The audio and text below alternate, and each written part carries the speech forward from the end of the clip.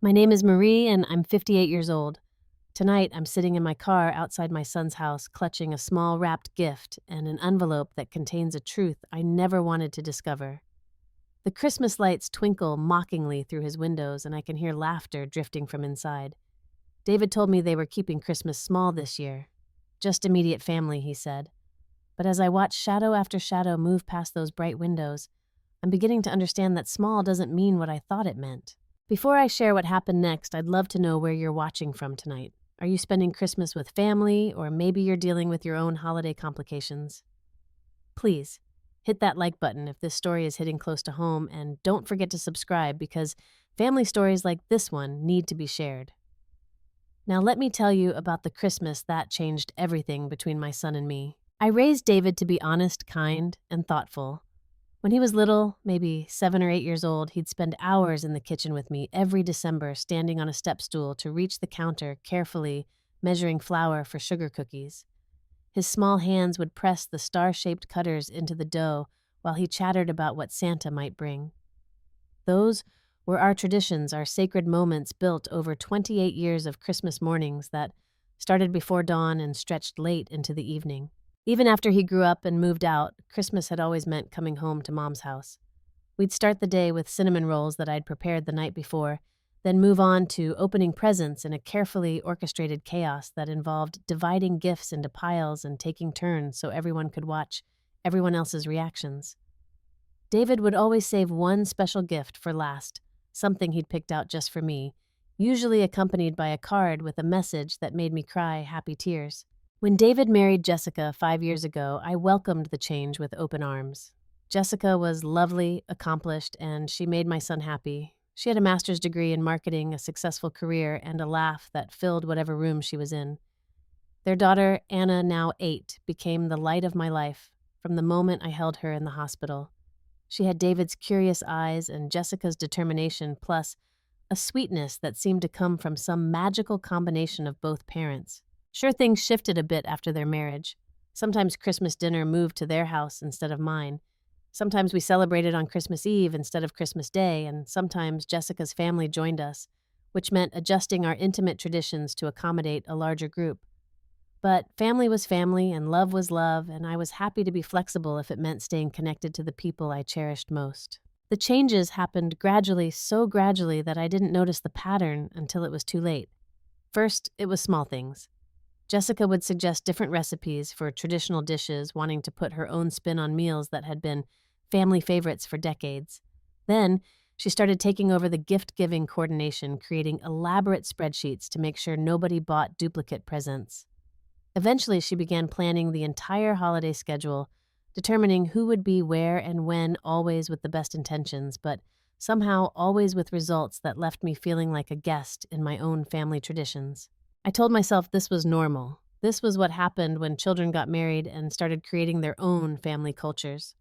The smart thing, the loving thing was to step back gracefully and let the younger generation take the lead. Then came that phone call in early December and everything changed. "Mom, this year we're keeping Christmas small," David said, his voice carrying a strange note I couldn't quite identify. It sounded rehearsed, like he'd practiced the words before dialing my number. "Just us, Jessica, Anna, and me. We want to focus on what really matters." I was standing in my kitchen loading the dishwasher after dinner, and I stopped with a plate halfway to the rack. "Small. What do you mean exactly, sweetheart?" "Intimate. Quiet. Just the three of us having a peaceful Christmas morning, maybe watching movies, playing some games. Nothing elaborate." I held the phone a little tighter, feeling something shift in my chest like a puzzle piece that didn't quite fit. "Of course, sweetheart, I understand completely. Sometimes intimate gatherings are exactly what we need." But even as I said the words, questions were forming in my mind. What about Anna's Christmas pageant at school? What about the Christmas Eve service we'd attended together for the past 5 years? What about Jessica's parents, who usually drove up from Tennessee for the holidays? "Great, thanks for understanding. Jessica really appreciates it too." There was rustling in the background, and I heard Jessica's voice, distant but clear. "Tell her we'll see her next week." Next week? Not Christmas Day. Not Christmas Eve, but next week I pushed down the tiny seed of disappointment that sprouted in my stomach. "That sounds perfect, David. I'll bring something special for Anna." "You don't have to bring anything, Mom. Really, we've got everything covered. After we hung up, I sat in my kitchen looking at the Christmas decorations I'd already put up, feeling suddenly foolish. The house felt too big, too quiet, too empty. I'd bought a 12-pound turkey for Christmas dinner, planning to have leftovers for weeks, but now I found myself wondering what the point was. I'd spent 3 months working on a handmade gift for Anna, a cloth doll with an entire wardrobe that I'd sewn during quiet evenings while watching old movies. Now I wondered if she'd even have time to appreciate it during their small, intimate celebration. But I reminded myself that this was what growing up looked like. Children create their own traditions, their own sacred spaces, and mothers learn to step back gracefully. Maybe David and Jessica needed this year to establish their own holiday rhythms without the pressure of extended family expectations. Maybe this was actually a healthy development, a sign that they were becoming confident in their roles as parents and partners. I should have trusted that uncomfortable feeling in my stomach, the instinct that told me something wasn't quite right about the whole conversation. The following week, I decided to do some Christmas shopping at Target. The toy section was crowded with last-minute shoppers, parents frantically searching for the perfect gifts, while their children tugged at their sleeves and pointed at everything that caught their eyes. I was browsing the doll accessories looking for something to complement Anna's handmade gift when I bumped into Mrs. Patterson David and Jessica's next-door neighbor. Mrs. Patterson was one of those wonderfully chatty neighbors who knew everything about everyone on the block, but somehow managed to share information in a way that felt caring rather than gossipy. She'd lived next to David and Jessica for 3 years, and we'd had pleasant conversations at Anna's birthday parties and neighborhood gatherings. "Marie, how wonderful to see you," she beamed, adjusting her winter scarf and shifting her shopping basket to her other arm. "I bet you're so excited about the big celebration at David's house this year." My shopping cart seemed to freeze in place, and I felt a strange buzzing in my ears. "Oh, well, they're actually keeping things pretty small this year." "Small." Mrs. Patterson looked genuinely confused, her eyebrows rising toward her silver hairline. "That's funny because I saw the catering truck pulling up yesterday afternoon. Great big truck from that fancy place downtown Occasions by Margaret. They were unloading equipment for at least an hour." Catering truck. My son had specifically said they wanted to keep things simple, just the three of them. Why would they need catering for a simple family morning? Mrs. Patterson continued, oblivious to the way my world was starting to tilt. "And the house looks absolutely festive with all those professional-grade lights they had installed last weekend. Must have cost a fortune, but oh my goodness, it's beautiful. You can see the glow from 3 blocks away. Jessica must be so pleased with how everything's coming together." Professional light installation. David had always been proud of hanging his own Christmas lights, even if they were a little crooked and some of the bulbs burned out by New Year's. Last year, he'd spent an entire Saturday afternoon untangling strands and muttering under his breath about how manufacturers should make cords that don't knot themselves in storage. "Yes? Well, you know how Jessica likes everything to be perfect," I managed to say, though my smile felt like plastic stretched across my face. "Oh, she certainly does. I saw her out there yesterday evening directing the catering people on where to set up tables. Looked like they're expecting quite a crowd. Your son's lucky to have found someone so organized." Tables plural, for a small family gathering. I managed to finish the conversation nodding and smiling at appropriate moments while Mrs. Patterson told me about her own holiday preparations. But my hands were shaking as I loaded the bags into my car, and I sat in the Target parking lot for 10 minutes trying to make sense of what I'd just heard. A catering truck for a small family dinner didn't make sense. Professional light installation for just 4 people seemed excessive even for Jessica's perfectionist standards. And tables, multiple tables, suggested they were planning to feed more than 3 people. That evening, I called David, trying to keep my voice casual and light. "How are the Christmas preparations going, sweetheart?" "Oh, fine, Mom. You know, nothing fancy. Just getting ready for our quiet little celebration." There was something in his voice, a tightness that reminded me of when he was 12 years old and trying to convince me that the broken lamp in the living room had somehow fallen over by itself. "Mrs. Patterson mentioned she saw some activity at your house yesterday."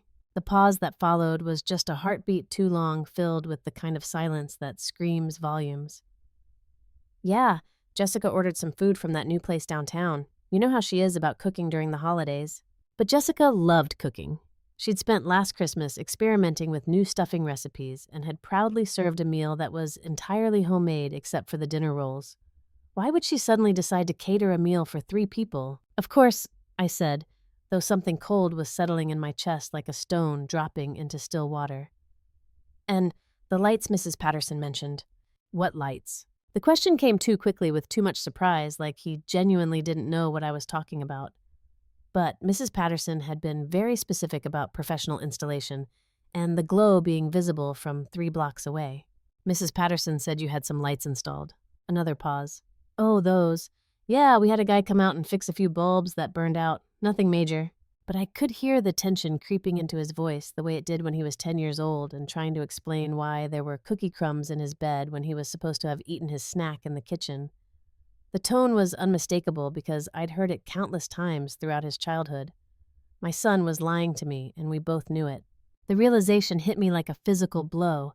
David, who used to confess to breaking things before I even noticed they were broken, who used to wake me up in the middle of the night to admit he'd forgotten to do homework, who had built his reputation on being almost painfully honest, was lying to me about Christmas. And if he was lying about the catering and the lights, what else was he lying about? I couldn't sleep that night. Every time I closed my eyes, I saw Mrs. Patterson's confused expression when I'd said they were keeping Christmas small. I heard the forced casualness in David's voice when he'd tried to explain away the catering truck and the professional lights. I felt that cold stone of realization settling deeper into my chest, spreading its chill through my entire body. At 2 a.m, I found myself scrolling through Facebook, something I rarely did at such late hours. Social media usually felt like too much information about too many people, but tonight, I was looking for something specific. Jessica posted frequently about their family activities, and I often enjoyed seeing pictures of Anna's latest accomplishments or family outings. If they were really planning a small, intimate Christmas, surely there would be some evidence of it online. What I found made my heart stop completely. Jessica's sister Rachel had posted a photo just 3 hours earlier. The caption read, "Getting everything ready for tomorrow's celebration at David and Jess's. Can't wait for this amazing Christmas gathering. So grateful to be included in their beautiful traditions." The photo showed a dining room table set for what appeared to be at least 15 people, maybe more. Crystal glasses caught the light from an elaborate chandelier I'd never seen before. Elegant china was arranged in perfect place settings, each accompanied by carefully folded linen napkins and multiple pieces of silverware. Elaborate centerpieces ran down the length of the table, featuring fresh flowers that must have cost hundreds of dollars, candles in varying heights, and what looked like professionally arranged fruit displays. In the background, I could see garland draped professionally along the staircase banister, and through the doorway, what looked like a catering setup on the kitchen island. Chafing dishes serving platters and stacks of additional plates suggested they were preparing to feed a crowd, not a small family. I scrolled further, my hands trembling so badly I could barely control the phone. Another post from Jessica's college roommate posted 2 hours ago. "So excited for Christmas dinner tomorrow. Thanks for including our whole crew, Jess. The kids are beside themselves with excitement." Their whole crew. How many people was that? And then the final blow. A post from one of David's fraternity brothers shared just an hour earlier, "Annual Christmas bash at the Morrisons tomorrow. Wouldn't miss it for the world. These guys throw the best holiday parties." Annual Christmas bash. Morrison was David's last name. Annual, as in this happened every year. I sat in my dark kitchen staring at my phone screen, feeling like I'd been punched in the stomach by someone I trusted completely. They weren't keeping Christmas small. They weren't having a quiet, intimate family celebration. They were having a party. A big, elaborate, catered party with professional decorating and multiple families and college friends. Everyone was invited except me. I was the only person in their lives who had been deliberately, specifically, intentionally excluded from their Christmas celebration. Not only that, but David had lied to me repeatedly and convincingly to make sure I stayed away. The betrayal felt like a physical wound, sharp and burning and impossible to ignore. How long had they been planning this? How many conversations had they had about who to invite, what to serve, how to decorate, all while crafting the perfect lie to tell me and why? What had I done to deserve being cut out of my own son's Christmas celebration? I thought about every interaction we'd had over the past month, searching for clues I might have missed. Had I said something that offended Jessica? Had I been too critical, too involved, too much of a mother-in-law stereotype? I replayed conversations, analyzed text messages, tried to remember facial expressions and tones of voice that might have indicated their growing desire to exclude me. But I came up empty. Our recent interactions had been normal, pleasant even. I'd been careful to support their parenting decisions, to praise Jessica's accomplishments, to be the kind of mother-in-law and grandmother that people actually wanted to spend time with. The tears came then hot and angry and full of betrayal. I cried for the little boy who used to tell me everything for the close relationship I thought we had for the Christmas traditions that apparently meant nothing to my son. I cried for Anna, who was learning that it was acceptable to exclude people who love you, that lies are fine as long as they're convenient. Most of all, I cried for the mother I'd been, the woman who had apparently failed so completely at raising her son that he felt comfortable lying to her face about something this important. Christmas morning dawned gray and cold with the kind of overcast sky that makes everything look flat and colorless. I'd barely slept, and when I did manage to doze off, I dreamed about David as a little boy, asking me to help him wrap presents for his father. In the dream, I kept trying to tell him something important, but every time I opened my mouth, no words came out. I'd wake up with my heart pounding, the feeling of urgency and frustration lingering, even as consciousness returned. By 6 in the morning, I'd given up on sleep entirely. I made coffee and sat at my kitchen table, staring at the carefully wrapped gift I'd made for Anna. The hand-sewn doll had taken me 3 months to complete, with every stitch made during quiet evenings when I'd imagined Anna's face lighting up on Christmas morning. I'd created an entire wardrobe for the doll, tiny dresses with working buttons, miniature shoes that actually fit a winter coat, complete with a matching scarf and hat. Every tiny detail had been crafted with love, each piece designed to spark Anna's imagination and show her how much her grandmother cherished her.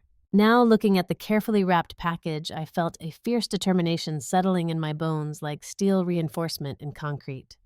Anna deserved to know that her grandmother hadn't forgotten her, hadn't abandoned her, hadn't chosen to exclude herself from Christmas morning. And I deserved to look my son in the eye and let him know that I knew the truth. At 10 o'clock, I loaded the gift into my car, along with a small envelope containing a note I'd written at dawn when the full scope of my son's betrayal had crystallized into clear, painful understanding. My plan was simple: drop by quickly deliver Anna's gift, wish them a Merry Christmas, and leave. Nothing dramatic, nothing confrontational, just a grandmother bringing a gift to her granddaughter, and a mother quietly demonstrating to her son that lies have consequences. But as I turned onto their street, my heart sank into my stomach. Cars lined both sides of the road for 3 blocks in either direction. Expensive cars, family cars, SUVs with out-of-state license plates, sedans that had clearly been recently washed and detailed for the occasion. The sound of laughter and conversation drifted from David's house. Even before I got out of my car, carried on the cold morning air like evidence of joy I wasn't allowed to share. Through the large front windows, I could see people moving around inside cocktail glasses in hand, beautifully dressed in holiday attire that suggested this was a formal celebration, not the casual family morning David had described. Women wore elegant dresses in festive colors, men sported dress shirts and ties, and children ran between the adults in what looked like their Christmas best. I sat in my car for 15 minutes watching the celebration I'd been excluded from unfold behind those brightly lit windows. At one point, I saw David through the front window, gesturing animatedly as he told some story to a group of laughing adults. He wore a sweater I'd never seen before, something that looked expensive and carefully chosen, and his face showed the kind of relaxed happiness that comes from being surrounded by people you care about. Jessica appeared in the doorway, periodically wearing an elegant red dress that probably cost more than my monthly grocery budget, greeting more arriving guests with warm hugs and bright smiles. Her hair had been professionally styled, her makeup was flawless, and she moved through the crowd with the confidence of someone who had planned every detail perfectly. Anna ran past the window several times, wearing what looked like a new Christmas dress in deep green velvet, her arms full of presents, surrounded by adults who clearly adored her. She looked radiant, excited, completely absorbed in what was obviously the kind of magical Christmas morning every child dreams about. It was a beautiful family Christmas gathering. Perfect, actually. The kind of celebration every family dreams of hosting, full of love and laughter and carefully planned joy. And I was sitting outside in my car, uninvited and unwanted, watching through windows like a stranger observing someone else's life. I could have driven away then, and part of me desperately wanted to. The smart thing, the dignified thing, would have been to go home, send a text message saying I'd stopped by but didn't want to interrupt their lovely celebration and pretend none of this had happened. I could have spent the day watching old Christmas movies, maybe called my sister in California, opened the bottle of wine I'd been saving for a special occasion. I could have preserved what was left of my relationship with my son by ignoring this betrayal and hoping time would eventually heal the wound. But I thought about that little boy who used to help me bake cookies standing on a step stool in my kitchen, carefully measuring ingredients while he chattered about his hopes for Santa's visit. I thought about the teenager who used to call me from college just to tell me about his day, who used to bring his laundry home, not because he needed me to do it, but because he missed spending time with me. I thought about the young man who had cried when he told me he was going to propose to Jessica, not because he was sad, but because he was so happy he couldn't contain the emotion. I thought about all the Christmases I'd hosted over the years, all the times I'd welcomed Jessica's family into my home with open arms, all the birthday parties and school plays and soccer games I'd attended to support their little family. I thought about the countless hours I'd spent babysitting Anna, the bedtime stories I'd read, the scraped knees I'd kissed, the homework I'd helped with. And I thought about Anna, my granddaughter, who was being taught by this situation that it was acceptable to exclude people who love you, that lies are fine as long as they serve your purposes, that family loyalty has limits that can be conveniently adjusted based on social pressures. Most importantly, I thought about the woman I'd been before this moment and the woman I wanted to be going forward. I could be someone who accepted being lied to and excluded, who smiled and pretended everything was fine while being treated with disrespect by the person she loved most in the world. Or I could be someone who stood up for herself with dignity, who modeled self-respect for her granddaughter, who refused to participate in the fiction that this behavior was acceptable. I picked up Anna's gift and the envelope containing my note, straightened my shoulders, and walked to the front door. The doorbell seemed to echo through the house when I pressed it, and I could hear the party noise inside shift and quiet slightly. Through the frosted glass panels beside the door, I could see shapes moving, and then the door opened wide. Jessica stood there, and I watched her face cycle through surprise, shock, confusion, and something that looked uncomfortably like guilt. She was even more beautiful up close. Her red dress perfectly fitted her jewelry, elegant but not ostentatious, her smile frozen somewhere between welcoming and horrified. "Marie," she said, her voice barely above a whisper, "what are you doing here?" Behind her, I could see the party in full swing, and the scope of their deception became crystal clear. The dining room table was set for 18 people, not the intimate family of 4 David had described. Crystal stemware caught the light from an elaborate chandelier, and the table settings looked like something out of a magazine spread.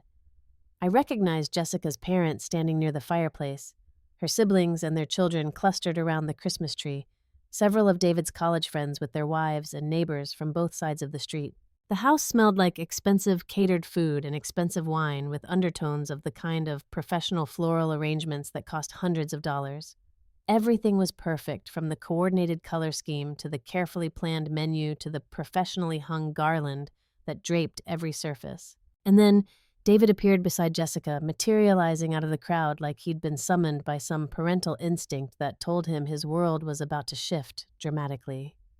When he saw me standing on his doorstep, his face went completely white, all the color draining away until he looked like he might actually faint. "Mom," he said, and his voice cracked like he was 13 years old again, caught in a lie, too big to explain away. "What are you doing here?"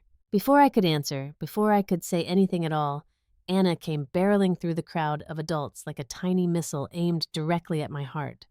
Her face lit up like a Christmas tree when she saw me, and she launched herself into my arms with the kind of pure joy that only children can express. "Grandma Marie. Grandma Marie, I missed you so much. Daddy said you couldn't come because you were busy, but you're here. You're really here." She wrapped her small arms around my neck and squeezed tight, and I held her against me, breathing in the scent of her shampoo and the innocence that still existed in this complicated, painful situation. Over Anna's head, I looked around the room at the 18 people at least who had been invited to my son's Christmas celebration. 18 people who had been deemed worthy of inclusion while I had been deliberately excluded. Every person in that room stopped talking and stared at us, the unexpected guest who had disrupted their perfect party. Some faces showed embarrassment, the kind of awkward discomfort that comes from witnessing someone else's family drama. Some showed curiosity, wondering who this woman was and why her arrival had caused such obvious tension. A few showed what might have been recognition, people who knew I was David's mother and were trying to figure out why I looked so surprised to see them all. Jessica's face showed pure annoyance. her perfect hostess smile replaced by an expression that suggested my presence was an unwelcome complication in her carefully orchestrated event. And my son, my dear son, who I had raised to value honesty above almost everything else, looked like he wanted to disappear into the floor, to evaporate into nothing rather than face what was happening. I set Anna down, gently smoothing her beautiful green dress and tucking a strand of hair behind her ear. "You look absolutely gorgeous, sweetheart, like a Christmas princess." "Thank you. Grandma Mommy got me this dress special for today because we're having a big party." Out of the mouths of babes.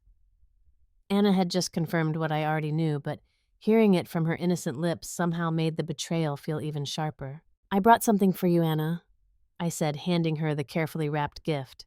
"Something Grandma made just for you with lots and lots of love." "Thank you, Grandma."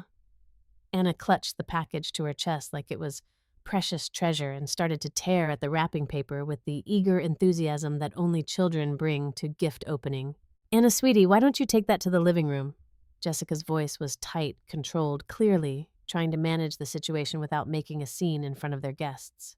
But Anna had already gotten the paper off and was staring at the handmade doll with wide, wonder-filled eyes. "Oh, Grandma, she's beautiful. Look. Daddy, look at her tiny dress."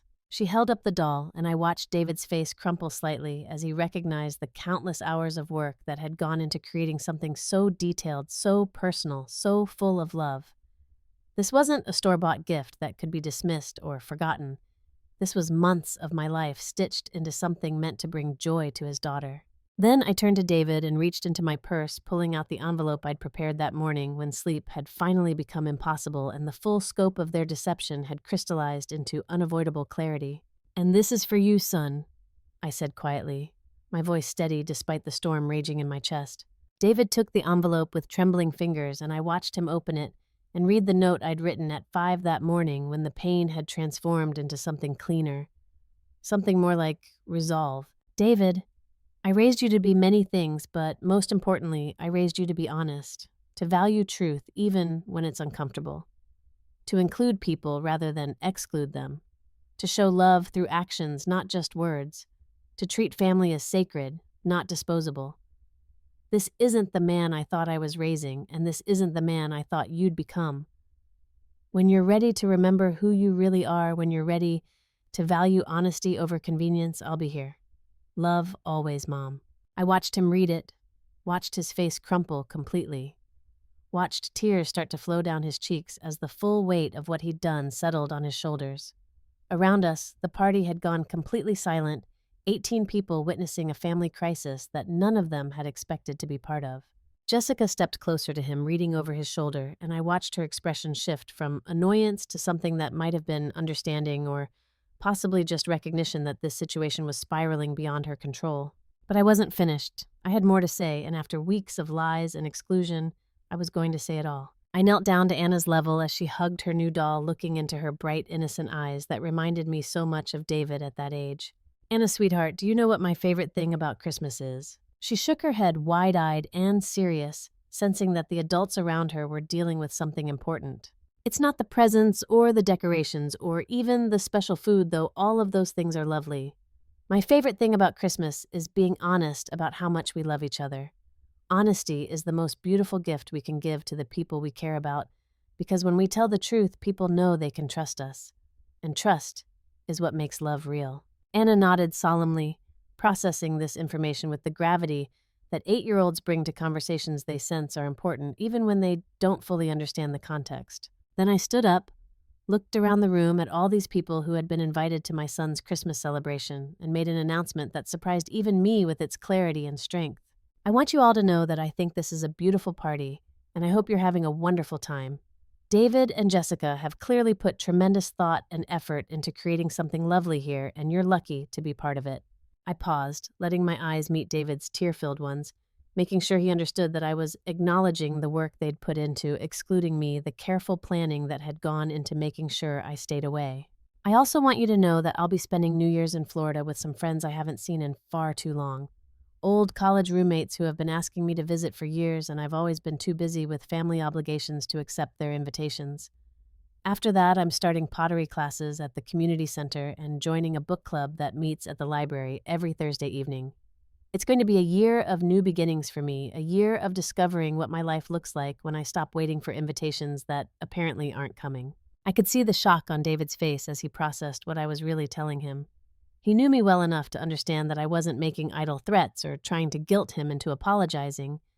I was telling him that I was fine, that I was moving forward, that I didn't need his guilt or his pity party invitations to build a fulfilling life. Jessica's face showed something that might have been panic as she realized that her plan to exclude me might have consequences she hadn't anticipated. Losing me as a free babysitter, as someone who showed up for every school play and soccer game, as the grandmother who made handmade gifts and remembered every important date might actually impact their lives in ways she hadn't considered. I hugged Anna one more time, holding her tight and whispering, "Remember what I said about honesty, sweet girl. It's always the right choice, even when it's hard." Then I headed toward the door, walking through the silent crowd of guests, who parted like they were witnessing something sacred and devastating at the same time. David caught up with me just as I reached my car, his face streaked with tears and his voice broken. "Mom, please, I can explain. Please don't leave like this." I turned to face him. This man who looked so much like his father. This person I'd loved longer and more fiercely than anyone else in the world. For a moment, I saw him as that little boy again, the one who used to confess to breaking things before I even noticed they were broken, who used to wake me up in the middle of the night to admit he'd forgotten to do homework. "David, when you're ready to be the son I raised you to be, when you're ready to value honesty over convenience, when you're ready to treat me like family instead of like an obligation to be managed, call me. I'll be here. I'll always be here because that's what mothers do. But I won't pretend this didn't happen, and I won't make it easy for you to lie to me again. I never wanted to hurt you. I never wanted any of this. But you did want to exclude me. You did want to lie to me. You did want to have your perfect party without dealing with whatever inconvenience you thought I represented.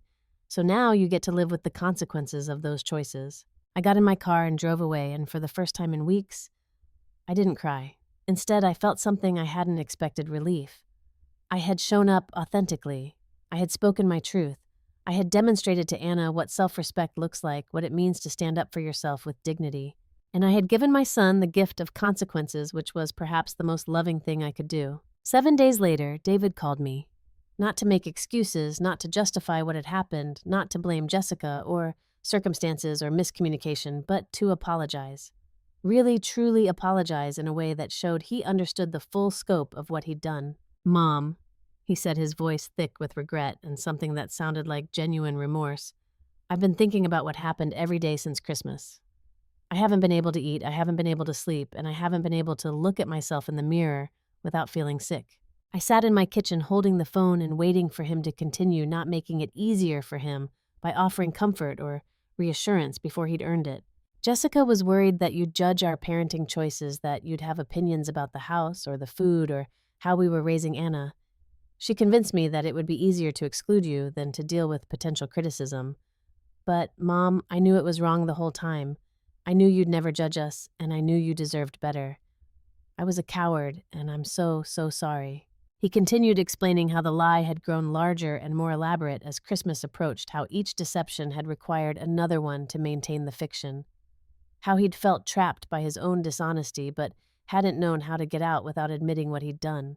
I kept telling myself we'd make it up to you later, that we'd have a special dinner just for you, that we'd find a way to explain everything. But deep down, I knew there was no excuse for what we were doing. I knew I was betraying everything you taught me about family and honesty and treating people with respect. I listened to him cry over the phone, and my heart broke for the little boy he'd been and for the man he was trying to become again. But I didn't rescue him from his pain, didn't offer easy forgiveness that would let him off the hook without truly learning from what had happened.